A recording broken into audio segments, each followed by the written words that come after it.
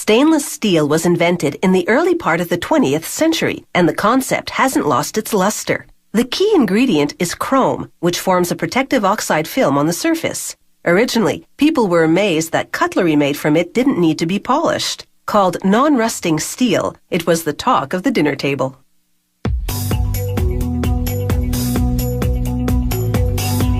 Stainless steel can be made to look shiny and new, even when they start with scrap.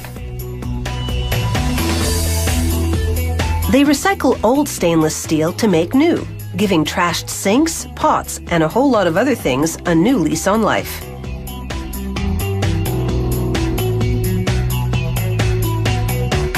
They feed tons of scrap steel into a roaring furnace, along with chrome and nickel alloys for added strength and rust-proofing.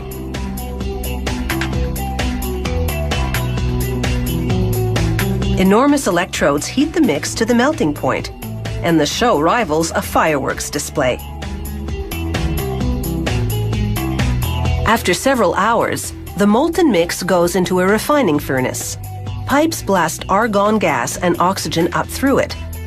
This converts some impurities to gas and causes others to float to the surface so they can be removed.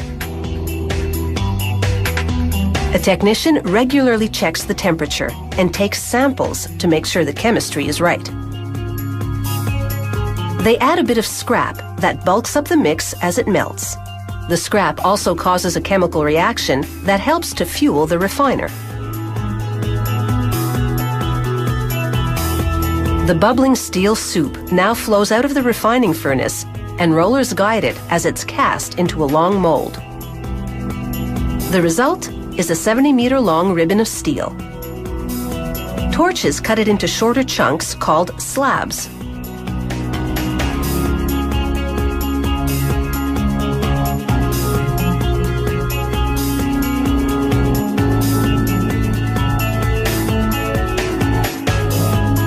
A worker writes identification information on each one, using chalk that works on hot surfaces.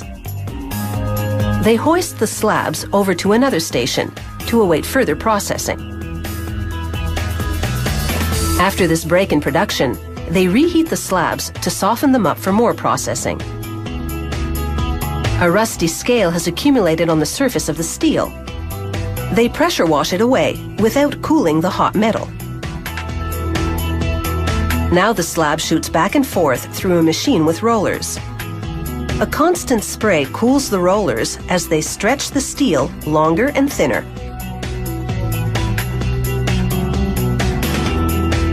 It's now over 600 meters long, the length of a couple of city blocks. They spray water on the stretched steel to cool it a little, but not too much, because it needs to be soft and flexible enough for coiling.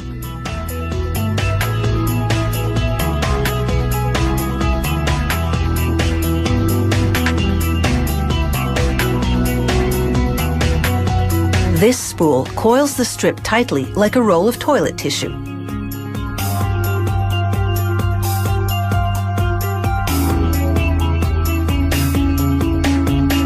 They then transfer the roll of steel to another station.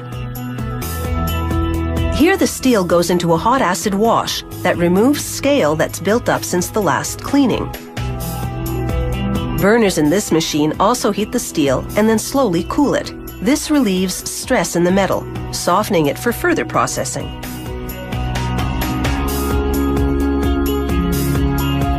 They now unwind the steel into a machine that rolls it thinner so that it's exactly what the customer ordered. Rolling the metal when it's cold also causes it to harden and makes the surface pores close so it shines.